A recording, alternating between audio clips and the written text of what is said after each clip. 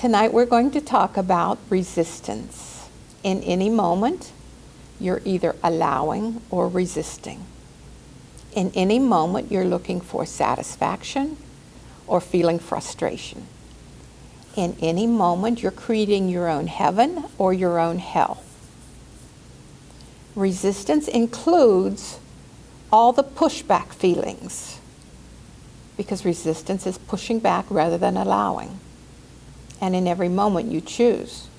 Resistance includes blame, shame, guilt, resentment, criticism, complaining, condemning, all the thoughts that don't feel good. Now, resistance can be changed by perspective. It's never about what you do or what happens. It's how you feel about what you do and what happens. It's never about the person, never about the situation. It's how you feel about the person or the situation. Now, Abraham says, we have 3 powerful statements that we want to make to you about resistance. And if this is the only thing you ever hear, that'll be enough. Just like they say, if you lived a life and the only thing you did was appreciate, that would be enough. The only thing that causes you any problem, the only thing that slows you down, the only thing that keeps you from what you want is resistance. Resistance is always accompanied by negative emotion and or pain. In other words, pain is an extension of resistance. Physical discomfort is an extension of resistance. Number 3, resistance is always pushing against something. The resistance will drop when you make peace with where you are. It is what it is. This is what happened. Let me give you an example. Say you have a junk room, and you're embarrassed about it because your mother was so tidy. This is putting stress on you. So you want to change your perception about that. Either you can change your perception, it's okay to have a junk room, maybe I'll just keep the door closed, or so what if I have a junk room? People have junk rooms, junk drawers, whatever. That's one perception. The other alternative is you've got to clean up the junk room because you cannot pull yourself with a resistance pulling you one way. Or maybe you stay at a job you hate and you don't make any effort to clean up your point of attraction. So you quit your job or you stay in the job, it doesn't matter. But you can't criticize yourself for your choice. That's what makes resistance. Make a decision and line up with it. You can't be agonizing or second guessing. So the only time that Abraham says to pay attention to anything that's happened in the past is when you feel stuck with your thoughts on a subject. So the first thing you want to do when you're feeling stuck is to make peace with the situation. Then you want to make peace with your feelings and whatever you've done about that situation. So, you know what you don't want, so you know what you do want. But be careful. What you want is something more general than you're thinking about. Say I'm having a fight with my boyfriend and I want him to be different.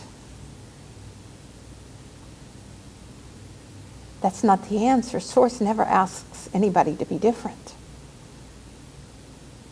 What you want is better relationships overall.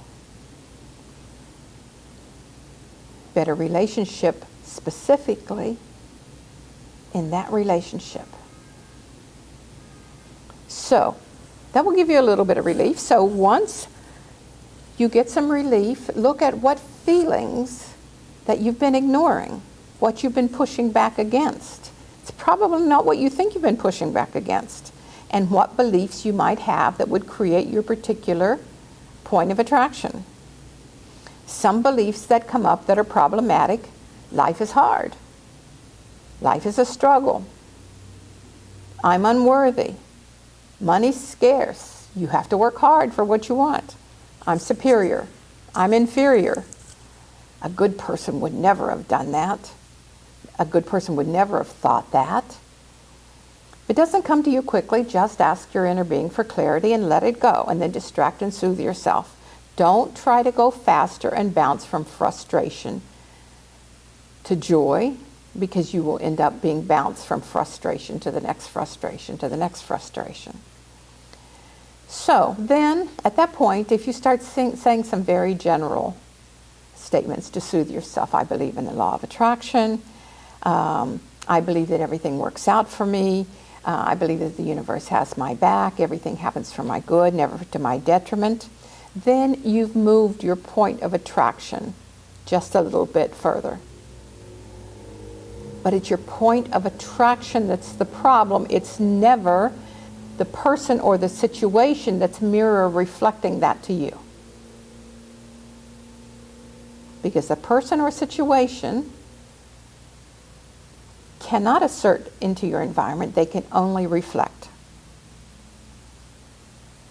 So if you want to do a process, that's fine. Processes help you release your resistance. Maybe they'll give you more clarity. But if you're really, really in angst, don't do processes. That's counterproductive for you in the middle of it. So you want to be playful if you do any processes. Even if you do them the next day, you still want to be playful about it. Now, what about if you cry? Tears release resistance, whether they're tears of joy or tears of anger or tears of sadness. If you're crying in front of somebody, you're not going to feel better. So you might want to go separate yourself, go to your car, keep the windows rolled up and scream, or have a little 30 seconds of anger deliberately.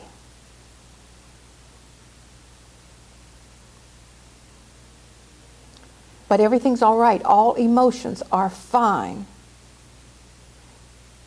Once you cry, you're afraid to cry more because you think that's just going to cause more tears. But no, tears are actually release.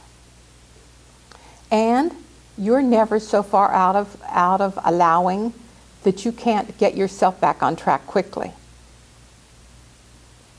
So, give up everything. Surrender everything. Believe for everything, but with detachment.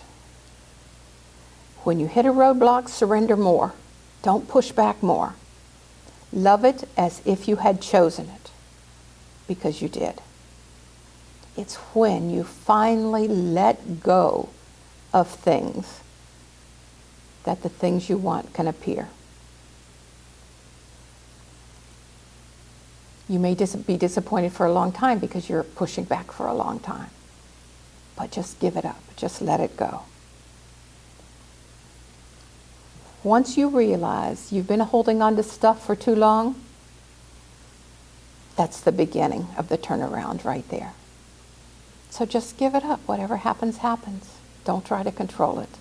And you'll see it'll turn out better than you could have hoped. That's it for this week. Have a great week. Go forth and prosper.